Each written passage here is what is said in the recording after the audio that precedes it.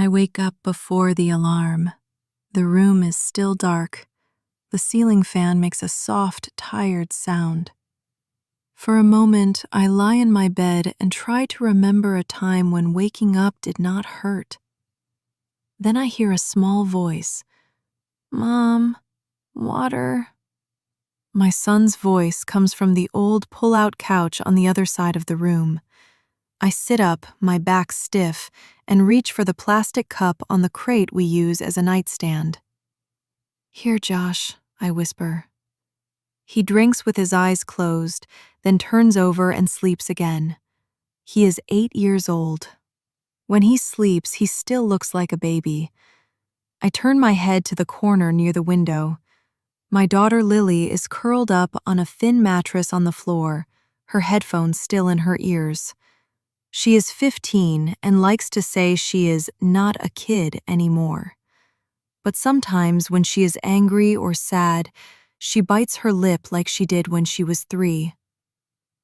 My name is Emily. I am 36 years old. I live in a small one-bedroom apartment in Ohio. I am a single mom. The word single still feels heavy in my mouth. My husband left 3 years ago. One Saturday morning he said, "I can't do this anymore," and then he was gone. No long talk, no big fight, just a slammed door and silence. He left a note on the kitchen table. "I need to figure out my life." Sometimes I want to tell him, "You didn't only walk away from your life, you walked away from ours." I stand up slowly. My feet hurt from yesterday's work, but there is no time to think too much. I have 2 jobs, 2 kids, 1 old car, 1 small apartment, and too many bills. I wash my face with cold water in the tiny bathroom and look at myself in the mirror. Tired eyes, dark circles, a few gray hairs near my forehead, a small line between my eyebrows that was not there when I got married. "Good morning, Emily," I say to my reflection. "Time to be strong again." The smell of cheap coffee fills our little kitchen area. The fridge hums loudly. I put 3 cups on the table, 1 big, 2 smaller, 3 bowls, 3 spoons. "Wake up," I call. "We're gonna be late." Lily groans and pulls the blanket over her head. "5 more minutes, Mom." "You said that yesterday," I answer. "The school called me last week. You've been late 3 times." She sits up, hair messy, eyes half closed. "I hate school," she says. "No, you hate mornings," I reply, and pour her coffee with more milk than coffee. Josh wakes up faster. He always wakes up hungry. "Mom, can I have 2 waffles today?" he asks, rubbing his eyes. "Eat 1 first," I say, "then we'll see." The freezer waffles are from the dollar store. I toast them until they are almost burned, so they feel crisp. I spread a thin layer of peanut butter. Peanut butter is cheap and fills you up. I think about prices the way other people think about the weather. There is a folded paper under Lily's bowl. I put it there last night. "It's a school form. Did you read this?" I ask. Her eyes become sharp. "Yeah," she says. "And?"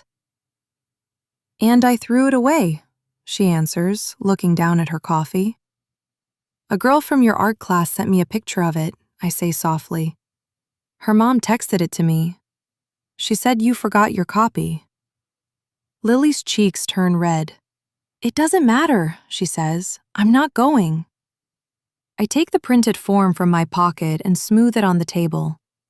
It is about a school art camp, 4 days at the community college across town. Workshops, a museum visit, real artists teaching the students. Lily loves to draw. She draws in her notebooks, on paper napkins, on the back of old bills. The fee is written in big, dark numbers, $380. When I first saw that number on my phone, my heart went down into my stomach. I know why you didn't give this to me, I say quietly. You think I will say no, right? She doesn't answer, but her eyes shine with angry tears. Mom, we can't even pay the power bill on time, she says. The landlord wants the rent on the 1st. Josh needs new sneakers. And you want to talk about some camp? Her words hurt because they're true. In the mornings, I clean offices in a building near downtown. In the afternoons and evenings, I work as a cashier at a big grocery store. I count other people's money all day, but there is never enough of my own. I just wanted to talk, I say. My voice feels small. Josh looks from me to his sister, worried.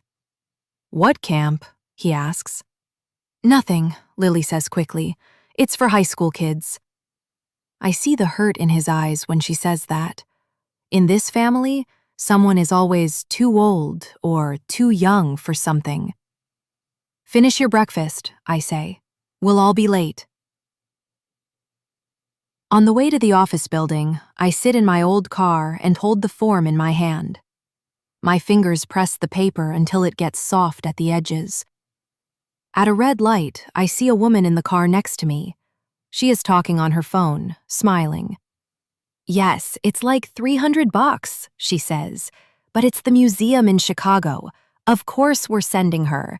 These things look good on college apps. $300.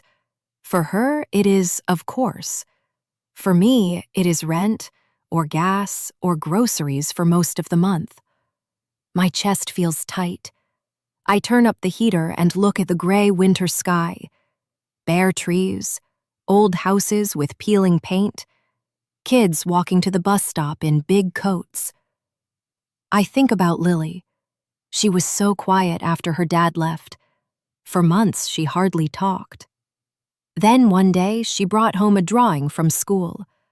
It was a tree with no leaves and a bright orange sky behind it.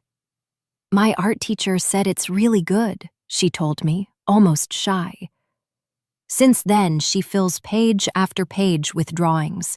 Faces, streets, hands, eyes. Sometimes she draws me when she thinks I am not looking. I know this camp is special for her. My friend. Maria meets me at the building entrance. She also cleans here. She is older than me and laughs a lot, even when her back hurts. Why the long face? She asks. Car breakdown again? I give her the form. She reads it and makes a small sound. Ah, she says, school trips, always so much money. I wish I could send her, I say, but I can't. I feel like a bad mom. Maria looks at me like I just said something crazy. Don't say that, she says. You are working 2 jobs. You're doing this alone. You are the opposite of a bad mom. Maybe, I say, but try telling that to a 15-year-old girl. We scrub toilets and empty trash cans.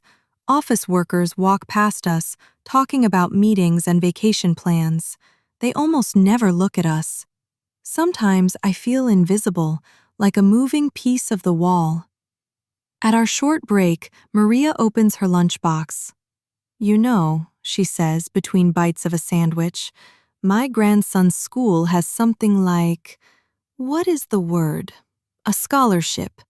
Money that helps kids go on trips if their parents can't pay. A scholarship? For a camp? I ask. Why not? She shrugs.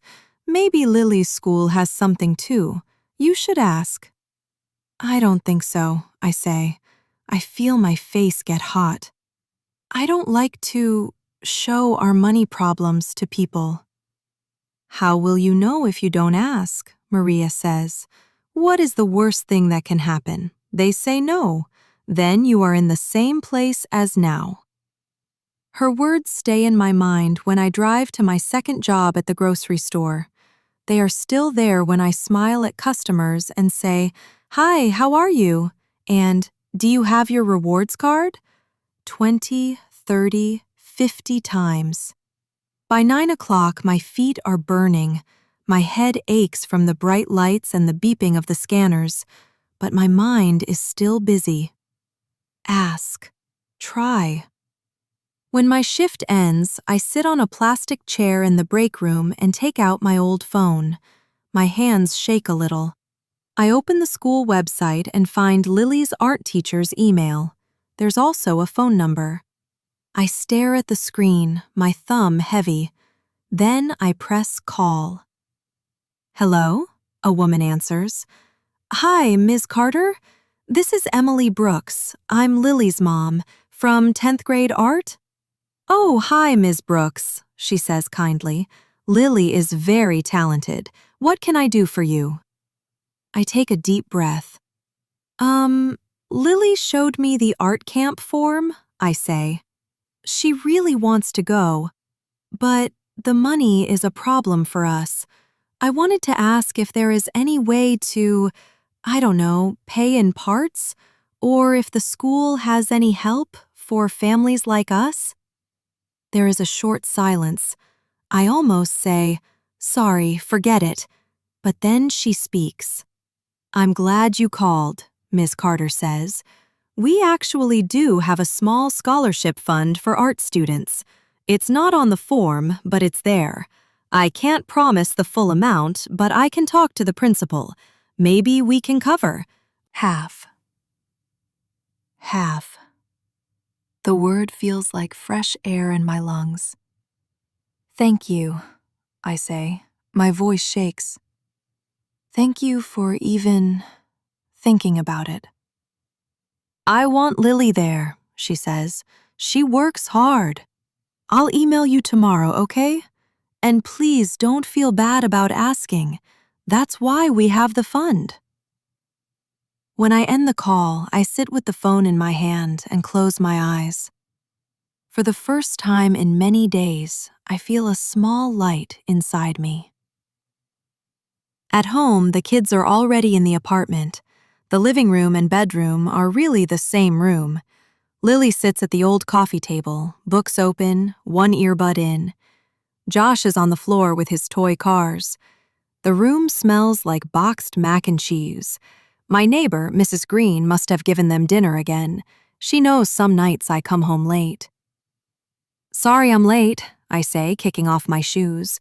How was your day? Fine, Lily says without looking up, but her shoulders are stiff. Josh runs to me and hugs my waist. Mom, my teacher said you have to come to school next Thursday, he says. Career day. You have to talk about your job. I had almost forgotten about that paper in his backpack. I'll be there, I say. We'll figure it out. I drop my bag on the one empty chair and sit at the table. Can we talk for a minute? I ask. Lily pulls out her earbud. About what? About the camp, I say. Her face closes like a door. I told you, she says. Forget it. I'm not a kid. I know we don't have money. The words hit me hard. Something breaks open in my chest. Sit down, I say quietly. Both of you. They look surprised. I don't usually talk like this.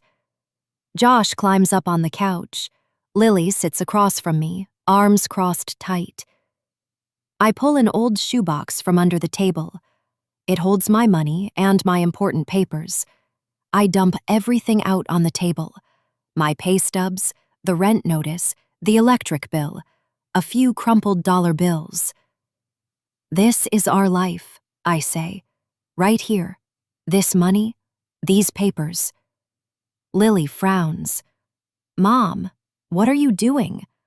I'm tired of pretending everything is okay all the time, I say. My eyes fill with tears, but I keep going. I don't want you to feel guilty for wanting things. And I also don't want to lie and say yes when I have to say no. I push the bills toward them. Look, I say, every month I get this much money. Then I pay rent, electric, phone, gas for the car, food, your school lunches, sometimes medicine, sometimes clothes. After that, there isn't much left. Some months, there is nothing left. They look at the papers, then at me. Josh's face is too serious. 8-year-olds should not think about late fees. For the camp, I say, the fee is too high for me alone. But today I talked to Ms. Carter. She said the school can help with half of it, if we can pay the other half.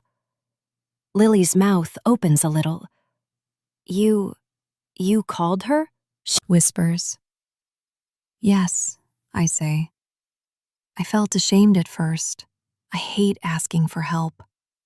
But then I thought of you, of your drawings, of the way you hide things because you think you don't deserve them. Now the tears roll down her cheeks. Mom, I threw the paper away because I didn't want to make you feel bad, she says. It hurts when other girls talk about trips and camps, and I know I can't go. But it hurts more when I see you so tired all the time. I reach across the table and take her hand. It is not your job to protect me from sadness, I say. I'm the mom. Let me worry about the big things. You just have to be honest with me. Tell me what you want. We'll decide together. Josh sniffs and wipes his nose on his sleeve. Can Lily still go? He asks. If we all work together, yes, I say. I can try to pick up one more shift on Sunday. Lily, maybe you can babysit for Mrs. Green's little boy. She told me last week she was looking for someone. She said she would pay. I can do that, Lily says quickly. That's easy. And you, mister, I say, turning to Josh. No new video games for a while. And we're going to try to fix your sneakers instead of buying new ones this month. Is that okay? He nods, but his face falls. I don't care about games, he says in a small voice. I just want you home more. The words cut deeper than any bill. Tears finally fall from my eyes. I don't hide them. I know, I whisper. I want that too. But if I don't work, we won't have this apartment. We won't have food. I am trying, Josh. I am trying my best. They both move at the same time. 2 warm bodies press against me. 4 arms wrap around my shoulders. We sit there, all 3 together, in our small, messy room, our tears and breaths mixed. In that moment, I feel very weak and very strong at the same time. 6 weeks later, Lily's painting hangs in the school hallway. It is a picture of a woman's hands. One hand is wiping a table, the other is holding a small kid's hand. You can't see the woman's face, but I know it is me. She wins first prize at the art camp. When she shows me the certificate, her eyes shine in a way I have not seen in a long time. They said I have real talent, she tells me. They told me I should keep drawing, maybe even go to art school someday. You do have real talent, I say. And you have my stubbornness. Dangerous mix. We laugh.